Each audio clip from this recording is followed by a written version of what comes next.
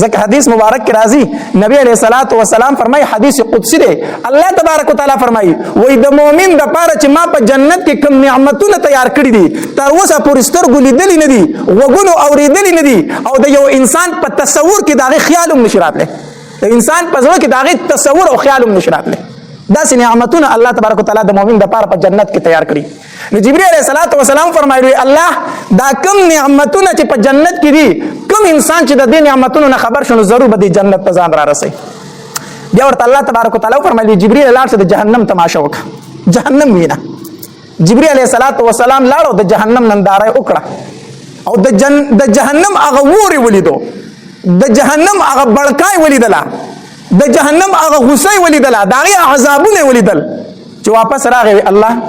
د دې جهنم متعلق چې د چا وګونو تم د دې خبر ورسېدو چرته به د جهنم ته غرانش چرته به د جهنم ته رانش بیا ورته الله تبارک وتعالى او فرمایلی جبرئیل اوس لاړ شه بیا د جنت تماشا وکړه ځکه دا جنت چې دا خو ډیر ښایسته ما تیار کړی ډیر ښکلی ما تیار کړی دی خو دې جنت ته به راځي خلک څنګه د دې د راتلو هغه اسباب ورشه وګوره چې دې جنت ته به سړی څنګه راځي نو جبرئیل علیہ الصلوۃ والسلام لاړو او چې کوم اسباب دي د جنت د تلو کوم اعمال دي د جنت د تلو کوم تکلیفونه برداشت کول دي د جنت لپاره چې هغه ولیدل کنه او واپس راغی وی الله دې جنت ته هیڅوک نشي راتلی که څوک راځي صرف ستا په رحم به راشي دې جنت ته راتله ډېر مشکل دي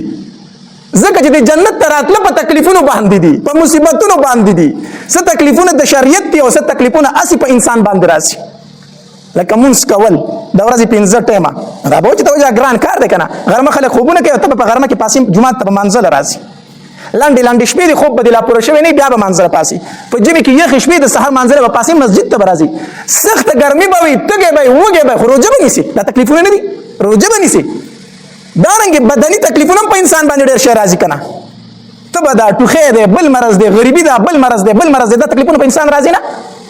نو دا ګوره د جنت لپاره یو ذریعه ده په انسان باندې دا تکلیفونه راتلل ښه لکه حدیث مبارک کې راځي نبی علیہ الصلوۃ والسلام فرمایي وایي د یو انسان دپاره الله تبارک وتعالی په جنت کې ځای جوړ کړی وي دی د جنت دپاره پیدا کړی وي خو دی په خپل عمل باندې دغه ځای ته نشي رسېدی الله د یو مقام مقرر کړی په جنت کې خو د عمل داسې دی چې دی هغې ته په دې عمل باندې ځان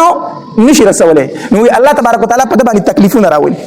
مصیبتونه پرې راولي نو په هغې تکلیفونو او مصیبتونو سره الله د ده نه ګناهونه ختم کړي او د ده درجې پرې اوچتې کړي د دې درجې په څه کړي اوچتې کړي نو الله په دې تکلیفونو سره دغې ځای ته ورسوي خو دا کوم تکلیفونه او کوم مصیبتونه دي چې کله په انسان باندې مصیبت راغی تکلیف پرې راغی د په دغې ټایم کې بدې ردې نه ویلې د الله ناشکري نه کوله بس وی الله دا غریبي هم ستا د طرف نه ده بس الله دا مصیبت هم ستا د طرف نه دی الله دا مصیبت راله په شفا باندې بدل کړه الله دا غریبي راله په مالداري باندې بدل کړه نو په دنیا کې به تکلیفونه راځي ځکه په جنت کې د مسلمان له الله یو ځای جوړ کړی یو مقام جوړ کړی دی هغې ځای ته رسېدی نه شي الله په ده باندې بیماري راولي بل تکلیف راولي دی پرې صبر وکړي د هغې صبر د وجې نه الله تبارک وتعالی د ده درجې اوچتې کړي او ګناهونه ترې ختم کړي ګناهونه ترې څه کړي ختم کړي روایات کې خو راځي د انسان په لاس کې غنه لاړه شي غنه که نه په دې ورته هم الله اجر ورکوي په دې ورته هم الله اجر ورکوي چې دته یو تکلیف میلاو شو نو کله چې جبرئیل علیہ الصلوۃ والسلام هغه مصیبتونه وکتل هغه تکلیفونه وکتل چې دا تکلیفونه به برداشت کوي هله به جنت ته ځي